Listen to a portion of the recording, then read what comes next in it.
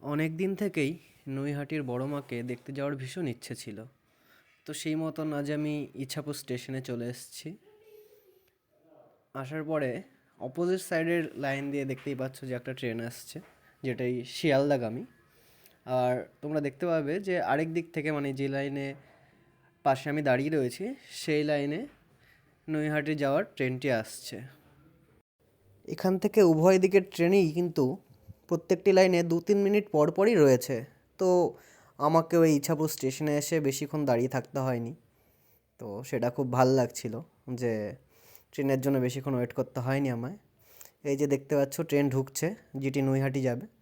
তো চলো সোজা নৈহাটি গিয়ে দেখা হচ্ছে তোমাদের সবার সঙ্গে। এই যে নৈহাটিতে আমি নেমে পড়েছি। স্টেশন থেকে বেরিয়ে কিছুটা পথ হাঁটার পরই বিশাল বড় লম্বা লাইন। বাপরে যা ভিড় সেদিন! মানে না গেলে বোঝা যাবে না যে বড় মায়ের কাছে কত মানুষ পুজো দিতে যায়, দর্শন করতে যায়।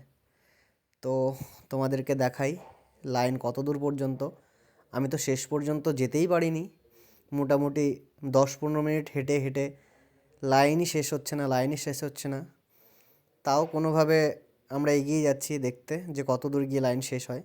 কিন্তু দুঃখের সহিত জানাতে হচ্ছে যে শেষ অবধি আমরা পৌঁছতে পারিনি গিয়ে, কারণ এত বড় লাইন ছিল। মানে তোমরা জাস্ট দেখতে থাকো লাইনটা কত বড়, কত মানুষ দাঁড়িয়ে রয়েছে সব পুজো দেওয়ার জন্য বড় মায়ের কাছে। যে শুধু দেখতে থাকো তোমরা যে লাইনটা কত বড়। ইভেন আমি শেষ পর্যন্ত যেতে পারবো না, যদিও বা ভিডিওতে তোমরা দেখতেই পারবে। তারপরে কোনোভাবে সামনে চলে এসেছিলাম আমরা একদম বড় মায়ের যে মন্দির রয়েছে তার সামনে। দেখতেই পাচ্ছ তোমরা কত ভিড় এখানে, কত পুণ্যার্থীরা এসছে পুজো দেওয়ার জন্য সবাই। তো তারপরে এই যে কোনো মতন আমরা ঢুকতে পেরেছি ভেতরে সেই বড় মাকে পুজো দেওয়ার জন্য। তোমরা দেখতেই পাচ্ছ, যদিও বা ভিডিও করা নিষেধ সেখানে লেখাই ছিল, তারপরেও ভিডিও করে। জয় বড় মা।